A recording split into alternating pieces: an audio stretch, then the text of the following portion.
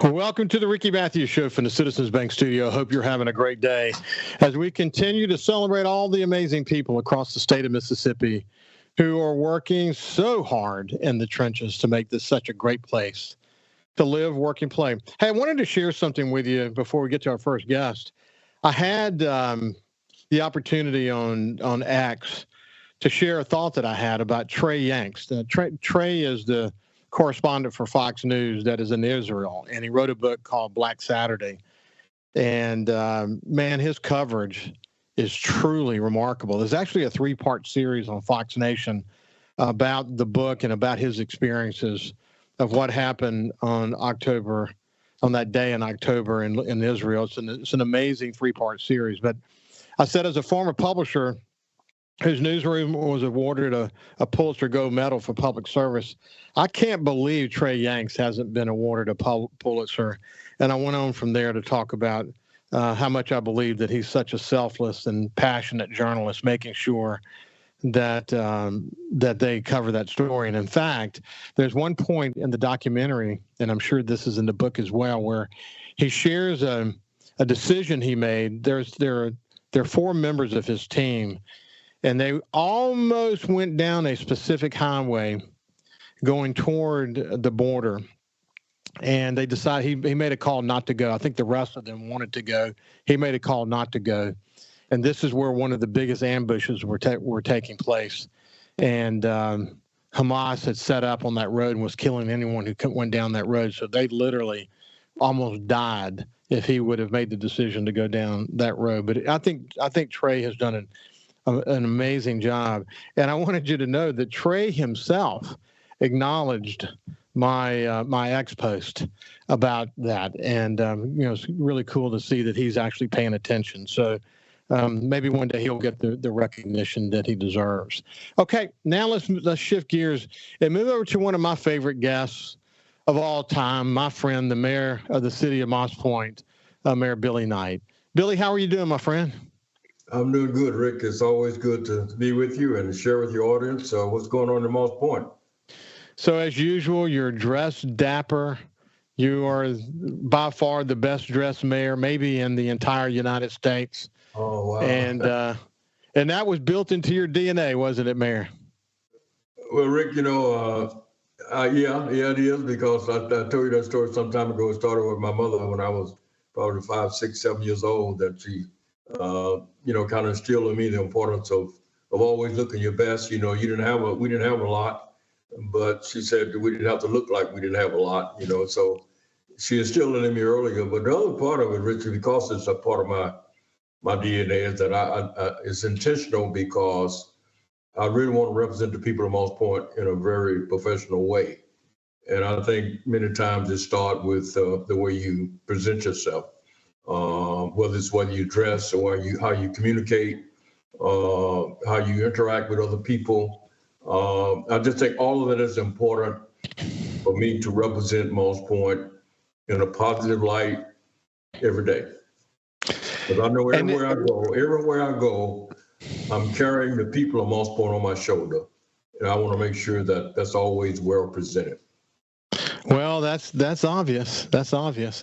And I'm curious, when you go out into the public or go to special events, how often does how you dress come up? People really notice it, don't they?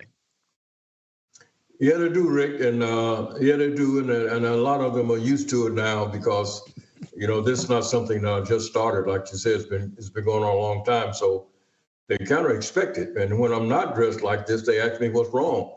Because, they're looking at it so often, and they ask me, do I even have a pair of blue jeans, or do you have a warm-up suit? Do you have any dress down? And I do have some of those, but I don't wear them too often, because most times I go out, I'm representing the city in some kind of way, unless I'm out of town and I know then I'm not going to be so involved in what's happening in the city. I may dress down a little bit more, but I don't always wear a tie. But at the same time, I want to always be very representative of our people.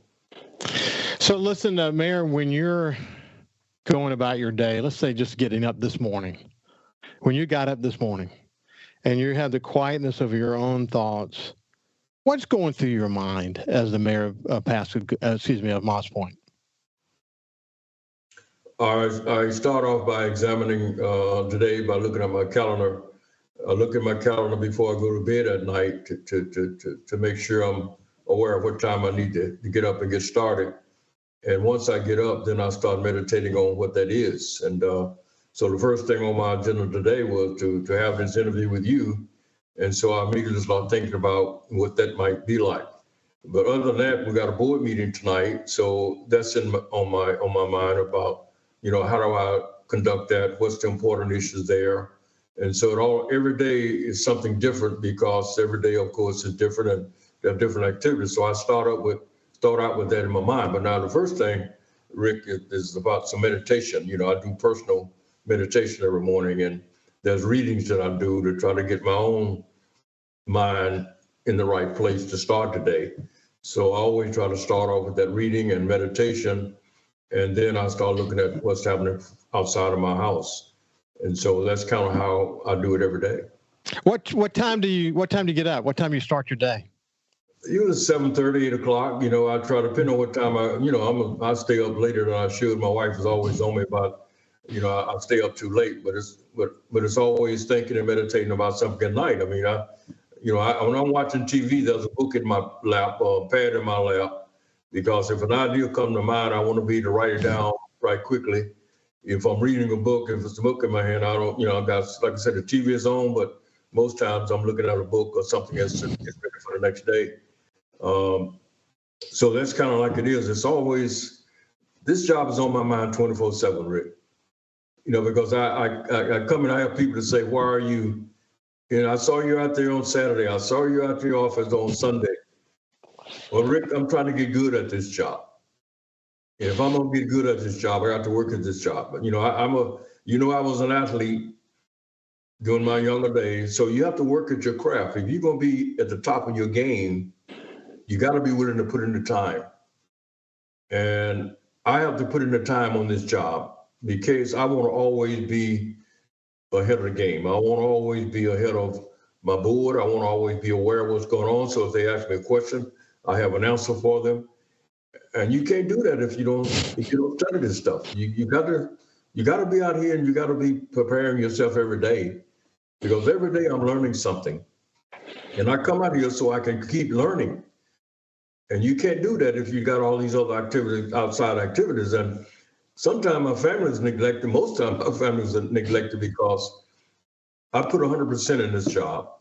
And I'm out here every day, 7 days a week, most times, thinking about this job, because we have so much to do. There's so many opportunities in Moss Point, and I got to get it done. And I tell everybody, my time is urgent. I don't have time. My time is urgent. So everything I do is urgent, and I don't have time to waste. So I got to learn everything I can as quick as I can and share with everybody that I think need to know.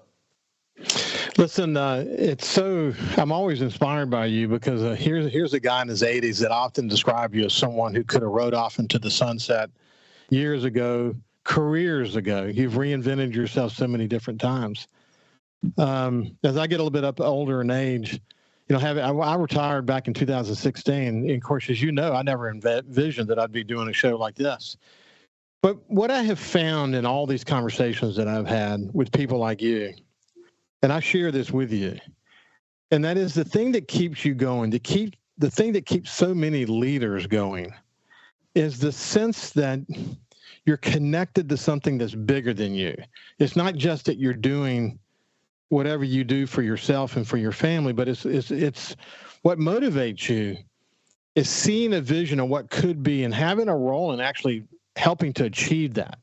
And I know that this is the case for me when I'm preparing for shows. If I'm writing something, I'll share something I wrote this week, for a matter of fact, in the second half of the show. But if I'm writing something, I feel more fulfilled when I'm in the depth of thinking around what contribution I can make to helping us achieve our goals. That's when I feel the most satisfaction in life. And for the average person, that may sound unusual, but for the host of people that I have had on the show, that's a common trait. And that's what keeps you going, isn't it? Yeah, Rick, most everything that I do, I'm thinking about how does it affect what I do every day? Because I tell you, like I said, I don't want to waste any time. So every book I read is about how it affects what I do every day. I try to watch whatever I watch on TV, I'm watching for how does it affect what I do every day. When I meet with people, the conversation I have is about how does it affect what I do every day.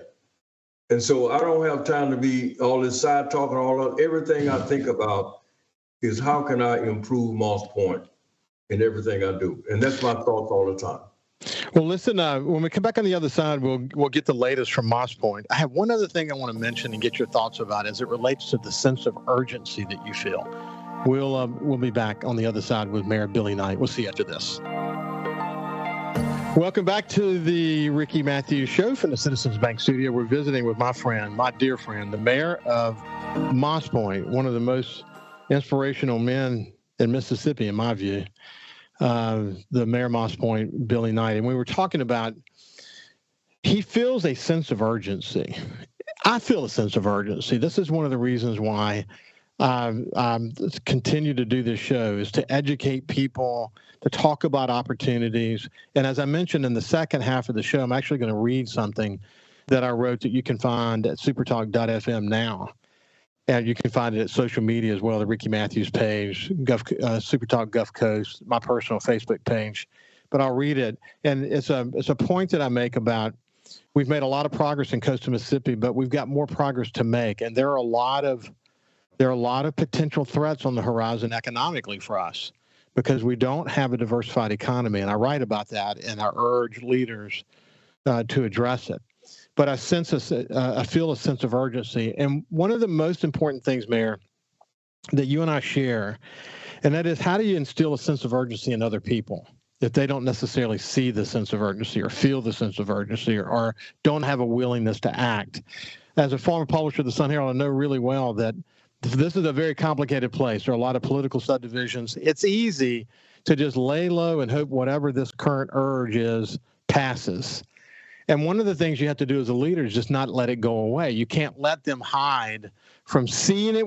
I'm gonna hang in there as long as I know they saw it. If I know they see it, the good leaders are going to grasp hold of it and run with it. But I'm not giving up until I know they've seen it, and at least until we've had a conversation about it in a way that says, "Don't you see this as the sense of urgency that I see?"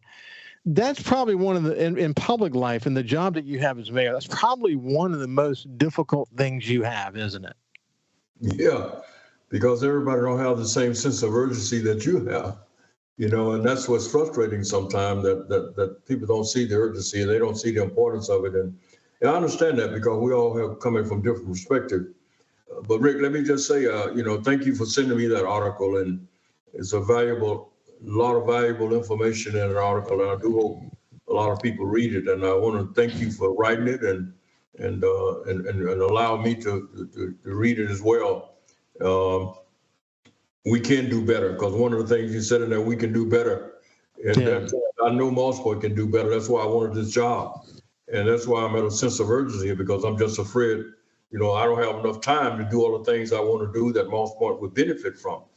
And but yes, this Gulf Coast has so much potential. In the cosmos of Moss Point, I mean, Moss Point has so much potential.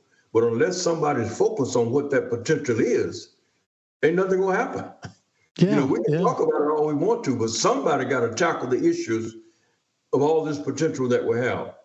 And so if we can come together collectively, and I spoke at the Gulf Coast Business Council on a panel of mayors back here a couple of weeks ago at the legislative session, legislative luncheon that they had. And one of the things I said that our slogan is one coast. If we really truly mean that we're one coast, then we need to be concerned about every community on this coast. That means every city on this coast. If Moss Point's your weakest link, then we need to be focused on trying to build Moss Point up, because Moss Point will be a drag on the rest of the coast if you're not careful. So if we really mean we're one coast, then we all need to be focused on where's our weakest link. how can we help every city be the best it can be? Because it helps our city, helps our community, helps our economic development. It helps everything.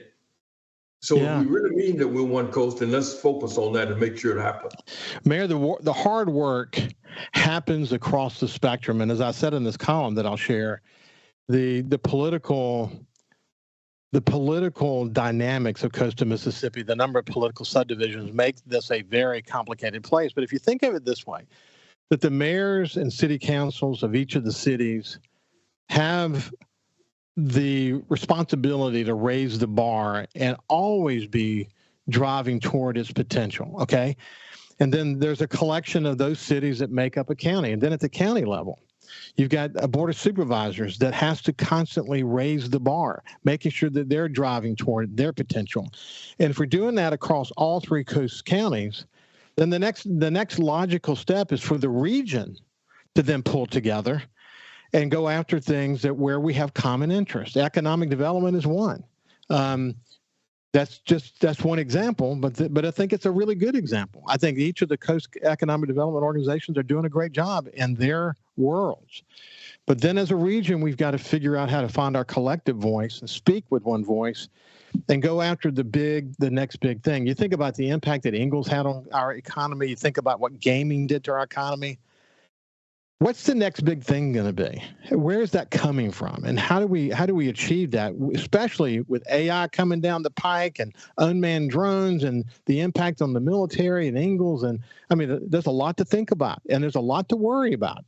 And we've got to get on the same page about where the opportunities are so that we can go collectively and achieve that. But you're right. We're only going to be as strong as our weakest link. And so we can't let anyone struggle. That's what I agree. That's what One Coast is all about. Yeah. Well, we all got to focus like that. A lot of, I agree with you so hardly about our leaders got to be the one to think outside the box and be thinking forward and not backwards. I don't know who said it. Rick has said, I hear sometimes this quote is contributed to Dwight Eisenhower, but somebody said in the past that leadership is about taking people where they would not go on their own. Mm-hmm. You see, it's almost like coaching. You hear a guy say, I'll run through a wall for that guy. Yeah. Because he motivated him to a point that he'll run through a wall because that coach motivated him. But as a leader, you have to be able to take people where they really wouldn't want to go on their own. When you explain to them what you're trying to do, many times they say, well, I didn't know that. They say, well, why are we doing this? Well, when you explain what you're trying to do, they say, well, man, I didn't know that. Well, go and do what you got to do. That's a good idea. I didn't know that. Well, you as a leader, you have all the information in front of you. Yeah. More information than the average person have. And when you're trying to go somewhere and they're saying, don't do it, well, you got all the information. So you got reason to explain why we need to do this. Yeah. So as a leader, you have to explain to people why you need to do what you're doing. And as leaders, we need to be thinking forward and thinking outside the box, getting into AI, getting ahead of that game. Our people elect us to do that. We're not supposed to be like the people they elect us. We got to be above that and forward thinking. Because they elected us to make these tough decisions and explain to them why we're doing what we're doing. And when you think about that responsibility for an elected official, and then you think about Ingalls and Mississippi Power Company, the casinos, Chevron, Coast Electric, Singing River Electric, you start adding all the CEO leaders that are at the table who understand that the key to success as a leader is painting a vision. And sometimes people may not understand completely the vision or even how we're going to get there, but they're actually willing to join with you because they're so convinced that your ability to articulate that vision is so inspiring that they're going to take a leap of faith just because they believe in you. That's what leadership is. Well, Richard, also start this is the critical part of it. To start with trust and credibility.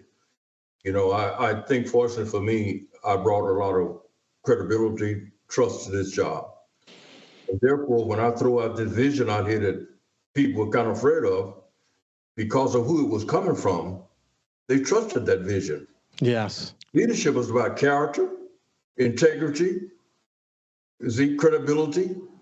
And when you have that in you as a person, then when you come up with these ideas about what you want to do, you can sell it a little bit better because of who you are. So a leader must come to the table with those three characteristics. If you have that, then people will listen to you more. And then you can think outside the box and get ahead of some of these things. No, I agree completely. Hey, so in the short time we have left, what are the top three things you're focused on right now in Moss Point? Well, Moss Point, we're in our legislative session, and we are consistently trying to get more funding for Interstate 10 and downtown development. We really got to get funding, and the legislature's been good to us. But I got my next 4 years, Rick. I just announced I'm running for four more years here, and it's about finishing the job. This is about finishing what we started. And so we got money to start it, but now we need to finish it. Rick, before I leave here, I want people to see what I've done. I tell my wife, I don't want you to tell anybody what I did. I want you to show them what I did. And so I'm focused on economic development, infrastructure development. Those are the main things, and get our recreation program up to first class like it ought to be. Economic development, infrastructure development, recreation, public safety. And you're doggedly determined to achieve that goal. I love the I-10 strategy to create a giant sucking sound coming into Moss Point. The opportunities are incredible.